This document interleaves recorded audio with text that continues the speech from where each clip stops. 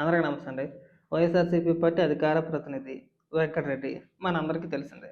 TV డిబేట్‌లలో కూర్చొని పెద్ద పెద్ద ముదర మాటలన్నీ మాట్లాడుతూ ఉంటాడు. ఒళ్ళు బలుపు మాటలన్నమాట.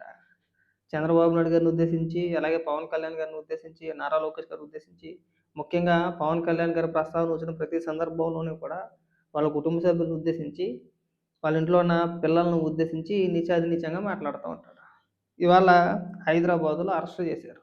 సో, ప్రభుత్వం పైన అనేక రకాలుగా లేనిపోని ఆరోపణలన్నీ కూడా ఎటువంటి ఆధారాలు లేనప్పటికీ కూడా ఏదో దగ్గరుండి కళ్ళకు కట్టి చూసినట్టు కొన్ని ఆరోపణలు చేసుకుంటూ వచ్చారు. ఉదాహరణకి కర్నూలు బస్సు ప్రమాదం దగ్గర నుంచి మొన్న పరకామణి కేసులో ఎవరైతే ఎస్ఎస్ సతీష్ కుమార్ గారు చనిపోయారో అక్కడి వరకు కూడా అన్ని విషయాల్లోనూ కూడా వక్రీకరించి అనేక రకమైన తప్పుడు ప్రచారాలు చేసుకుంటూ వెళ్ళాడు.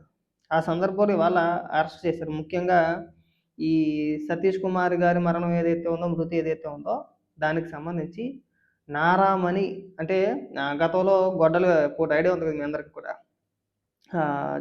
జగన్మోహన్ రెడ్డి సొంత బాబాయ్ అయినటువంటి వివేకానంద రెడ్డి గారిని వాళ్ళే చంపేసుకొని చంద్రబాబు నాయుడు గారి చేతులు పెద్ద కత్తెట్టి నారాసుర రక్త చరిత్ర అని చెప్పి ప్రచారం చేశారు కదా. అదే అలాగే సేమ్ ఒక నారామణి కేసు అని చెప్పేసి అని వైఎస్ఆర్సీపీ పార్టీ అధికార ప్రతినిధి అయినటువంటి వెంకటరెడ్డి వాడి అఫీషియల్ పేజీలో కావచ్చు, లేదంటే టీవీ డిబేట్లలో కావచ్చు మాట్లాడిన మాటలన్నమాట. కావాలని చెప్పేసి ప్రభుత్వమే హత్య చేయించిందని చెప్పేసి అని వాడు చెప్పుకోవచ్చు అనమాట. సో దాని గురించి కావచ్చు, లేదంటే ఇతర ఆరోపణల గురించి కావచ్చు అరెస్ట్ చేశారు. దానికి సంబంధించిన ట్వీట్ మాట. ప్రభుత్వాన్ని ప్రశ్నిస్తున్న వారిపై రెడ్ బుక్ రాజ్యాంగం. వైఎస్ఆర్సీపీ అధికార ప్రతినిధి కారుమూరి వెంకటరెడ్డి గారిని అరెస్ట్ చేసిన పోలీసులు. హైదరాబాద్ ఇంట్లో ఉదయం 7 గంటలకు అరెస్టు. కనీసం నోటీసులు ఇవ్వకుండా అరెస్ట్ చేసిన పోలీసులు. అరెస్టుకు కనీస కారణాలు చెప్పని పోలీసులు. అరెస్టు సమయంలో కుటుంబ సభ్యులను భయభ్రాంతులకు గురి చేసిన పోలీసులు. ఫోన్లను లాక్కున్న పోలీసులు అమానుషంగా ప్రవర్తించారంటున్న వెంకటరెడ్డి సతీమణి అంటారు. వెంకటరెడ్డి సతీమణి గారికి ఏం చెప్పాలనుకుంటున్నాం అంటే మేము మీ ఆయన మాట్లాడేటప్పుడు ఒళ్ళు దగ్గర పెట్టుకొని మాట్లాడితే ఇవాళ అంత కరం పట్టేది కాదు. ఆ డిబేట్లో కూర్చొని ఇది పెద్ద మగోళ్ళలాగా చిన్న పెద్ద తేడా లేకుండా వయసుకు కూడా గౌరవించుకుంటా ఏది పడితే అది మాట్లాడుతూ ఇలాగ ఉంటుంది. ఆఖరికి చాలా సందర్భాల్లో చెప్పారు, అబ్బాయి చాలా హద్దులు మీరిపోతున్నారు అబ్బాయి, పాలసీల ప్రకారంగా విమర్శించు, వ్యక్తిగత విమర్శలు వద్దరంటే ఆడన్నాడు కాదు. ఆడు ఎంతసేపు అటెన్షన్ కోసం మాట, అదొక రకమైన అటెన్షన్ మాట. ఆడికి ఎంతసేపు అటెన్షన్ కోసం ప్రయత్నించాలా, చంద్రబాబు నాయుడు గారినో, నారా లోకేష్ గారినో, పవన్ కళ్యాణ్ గారినో వ్యక్తిగతంగా విమర్శించాలా, మనకి జగన్మోహన్ రెడ్డి కిరీటం పెట్టేస్తారని చెప్పేసి అనుకున్నారు. ఎన్నిసార్లు చూస్తారు? కొన్నిసార్లే చూస్తారు. ఇప్పుడు మరీ ఎక్కువగా రాలిపోతున్నాడు అనుకున్నప్పుడు ఏం చేస్తారు? ఇలాంటి పరిస్థితులు ఎదురవుతాయి. ఆఖరికి రీసెంట్గా మొన్న కూడా సాక్షి డిబేట్లో కూర్చొని పవన్ కళ్యాణ్ గారిని ఉద్దేశించి, వాళ్ళ పిల్లలను ఉద్దేశించి, వాళ్ళ పిల్లల పేర్లు ప్రస్తావిస్తూ వాళ్ళ పేర్లు ఎందుకు మార్చలేదు అని చెప్పేసి మాట్లాడాడు. ఆ రోజే చెప్పాం, పిల్లల గురించి, కుటుంబ సభ్యుల గురించి, మహిళల గురించి మాట్లాడమాకరా దిక్మాస్ అవట, అలా మాట్లాడకూడదు, కుటుంబ సభ్యుల వరకు వెళ్ళకూడదు. మనకి ఏదైనా రాజకీయంగా మనం మాట్లాడాలి అనుకుంటే పాలసీల ప్రకారంగా విమర్శించాలంటే లేదు. ఆ బొగ్గుడు వ్యక్తిగతంగా అందరికీ పేర్లు ఎట్టేస్తాడు. మాట్లాడితే చంద్రబాబు నాయుడు గారిని, నారా లోకేష్ గారిని ఉద్దేశించి అబ్బా కొడుకులు అంటారు. పవన్ కళ్యాణ్ గారిని ఉద్దేశించి ఇంకో ఏదో పేరెట్టి పిలుస్తాడు. మొన్న రీసెంట్గా రెచ్చగొట్టే వ్యాఖ్యల్లో భాగంగా జగన్మోహన్ రెడ్డి ఎలాగ లేగ్గాడు కాబట్టి లేక మాటలు మాట్లాడుతూ ఉంటాడు కాబట్టి అవే మాటలు వెంకటరెడ్డి గారు కూడా మాట్లాడేసాడు. చంద్రబాబు నాయుడు గారిని అప్పట్లో పెద్దిరెడ్డి కొట్టాడు, అది వాస్తవమే అని చెప్పేసి. అలాగే కర్నూలు బస్సు ప్రమాదంలో బెల్ట్ షాపుల దగ్గరే మద్యం అమ్మారు, అన్ని ఆధారాలు ఉన్నాయని చెప్పేసి అని మాట్లాడాడు కదా. అన్ని ఆధారాలు ఖచ్చితంగా ఇప్పుడు చూపించే సమయం వచ్చింది, చూపించారు. పైగా ప్రశ్నించిన వారిపై ఏం ప్రశ్నించేసి నాకు అర్థం కలవాడు. కారుమూరి వెంకటరెడ్డి అనే వ్యక్తిగతంగా బల్బు మాటలు తప్పించి వాడు ఏదైనా పాలసీ ప్రకారంగా ఇప్పటి వరకు ఎందులో అయినా ఎప్పుడైనా ప్రశ్నించాడా? అరెస్ట్ చేయకుండా ఎలా ఉంటారండి? అంటే మీ ఇష్టానుసారంగా ప్రభుత్వం పైన అనేక విమర్శలు చేస్తూ ఉంటే ఊరుకుంటారా? ఏది పడితే అది మాట్లాడతారా? వ్యక్తిగత విమర్శలు ఎక్కడ? అంటే మీరు కావాలని చెప్పేసి రెచ్చగొట్టే విధంగా ఏది మాట్లాడినా సరే చూస్తా ఊరుకోవాలా? ఊరుకోరు అలాగా. పాలసీల ప్రకారంగా ప్రభుత్వాన్ని విమర్శించవచ్చు, తప్పులేదు అందులో. అదే చదునుగా లేదంటే అదే అనువుగా మీ వ్యక్తిగత విమర్శలు చేస్తామండి, మమ్మల్ని ఎవడు ఏమో అనకూడదండి, మా మీద కేసులు పెడితే మళ్ళీ మేము ఏడు చేస్తామండి, మళ్ళీ విక్టింగ్ కార్డు ఒకటి ఇక్కడ ముందు బొక్కలాగా. దయచేసి మాట్లాడేటప్పుడు ఒక దగ్గర పెట్టుకుని మాట్లాడండి. పాలసీల ప్రకారంగా బ్రహ్మాండంగా విమర్శించే ఎంతమంది మాట్లాడట్లేదు, కాబట్టి పాలసీల ప్రకారంగా మాట్లాడటం. ఆడికుండే బలుపు అంతా ఇంత బలుపు కాదు.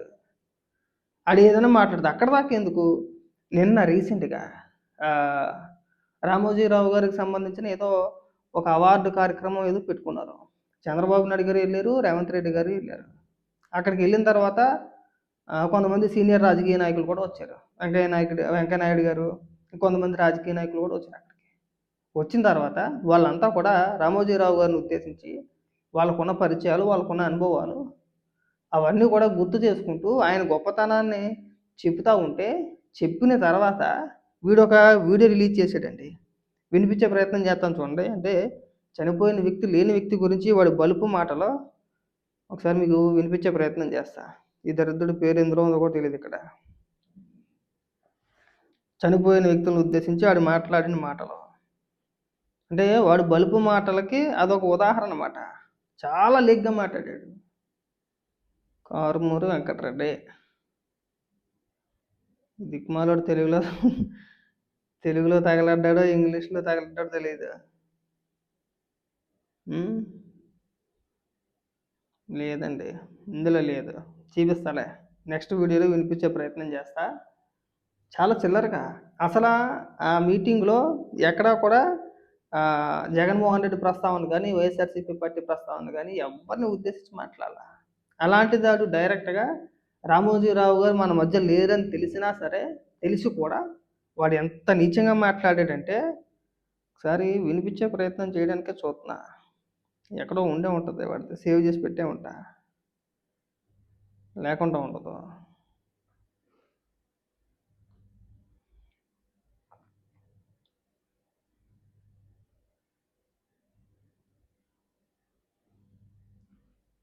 దారా అబ్బాయి వెంకటరెడ్డి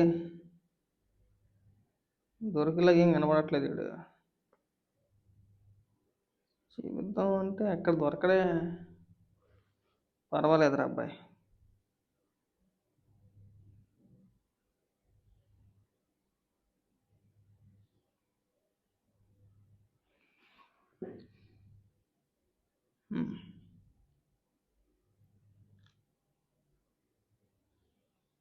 ఆ వీడియో మాత్రం దొరకట్లేదండి. అన్నీ దొరుకుతున్నాయి కానీ వాడి వీడియో మాత్రం దొరకట్లా. లేదు, ఈసారి నెక్స్ట్ వీడియోలో ఖచ్చితంగా వినిపిద్దా. అంత లేఖితనంగా మాట్లాడాడు. మరి అలాంటిది కేసులు పెట్టుకుంటే ఎలా ఉంటారంటే, కనీసం వ్యక్తిగత విమర్శలు పక్కన పెట్టి నార్మల్గా పాలసీల ప్రకారంగా నువ్వు ఎంత మాట్లాడినా కానీ తప్పులేదు. కానీ మరీ నిజంగా దిగజారిపోయి మేము వ్యక్తిగత విమర్శలు చేస్తాము, రామోజీరావు గారిని తిడతాను, చంద్రబాబు నాయుడు గారిని తిడతాను, పవన్ కళ్యాణ్ గారిని తిడతాను, అందరిని తిట్టుకుంటా వ్యక్తిగతంగా అందరికి పేరు పెట్టుకుంటూ వెళ్ళిపోతానంటే ఎవరు మాత్రం చూస్తా ఊరుకుంటారు? పెట్టరా, కేసులు పెట్టరా. మరీ అంత బలుపా? కంగారు పడుకో, ఆడుకున్న బలుపు అంతా దిగిపోద్ది. అలాంటి వాళ్ళందరూ మహామహులే అయిపోయారు. చాలామంది ఇంతకంటే దారుణంగా మాట్లాడిన వ్యక్తులే బోరిగడ్డ అనిల్ గడు, ఇంకొంతమంది వ్యక్తులు మన అంబటి రాంబాబు కావచ్చు, కొడాలి నాని, వల్లభనేని వంశీ, రోజు వీళ్ళే మూసుకొని కూర్చున్నారు. ఈ అటెన్షన్ కోసం ట్రై చేసి ఎన్నాళ్ళు కూడా ఇంకో ఇప్పటికి వర్కౌట్ అయింది. ఇప్పుడు లైన్లోకి వచ్చేస్తాడు. ఇంక మళ్ళీ ఇలాంటి మాటలు మళ్ళీ మనం ఇలాంటి మాటలు మాట్లాడాలంటే వణుకు పుట్టాలన్నమాట. ఏ రాజకీయ నాయకుని ఉద్దేశించైనా సరే, ఎవరైనా కావచ్చు, అది తెలుగుదేశం కార్యకర్తలు కావచ్చు, వైసీపీ కావచ్చు, జనసేన కావచ్చు, ఎవరైనా సరే కొంతమేరకు మనం మాట్లాడాలి. ఆ నాయకుడు మాట్లాడే భాష ఏంటి, మనం మాట్లాడే భాష ఏంటి. ఒకవేళ ఎవరైనా వ్యక్తిగతంగా విమర్శలు చేశారనుకోండి, దాన్ని ఉద్దేశించి కౌంటర్గా నువ్వేమైనా మాట్లాడు, తప్పలేదు. కానీ లేదండి అడ్డగోలుగా వాదించేస్తామండి, వక్రీకరించేస్తామండి, విష ప్రచారాలు చేస్తామంటే ఊరుకుంటారా? అది కడుపు మాట కదా. అంటే ఏం అనటంలే మనల్ని, మనం ఎంత విష ప్రచారం చేసేయచ్చు, ఎన్ని రకాలుగా సరే వ్యక్తిగతంగా విమర్శించవచ్చు. మనల్ని ఎవడో ఆపివాడు ఎవడో ఉండడు అనే ఉద్దేశం కదా ఇదంతా కూడా. మరి ఈరోజు మళ్ళీ విక్టిమ్ కార్డు తీసుకొచ్చి ముందెట్టేస్తారు. ప్రభుత్వాన్ని ప్రశ్నిస్తే చూపించండి, వాడు ప్రశ్నించింది ఏంటో చూపించండి, మేము వినిపిస్తాం వీడియోలన్నీ కూడా. వాడు ఎంత సిల్లరగా మాట్లాడాడో, ఎంత లేఖితనంగా మాట్లాడేవాడో వాడి మాటలన్నీ కూడా మేము వినిపిస్తాం, మీరు చూపించండి.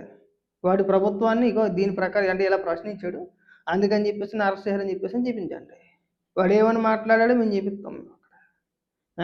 దయచేసి ఆడిప్పుడు సొద్దపోస, అమాయకుడు, చాలా మంచి వ్యక్తి, ఇలాంటి డైలాగులు కొట్టొద్దండి.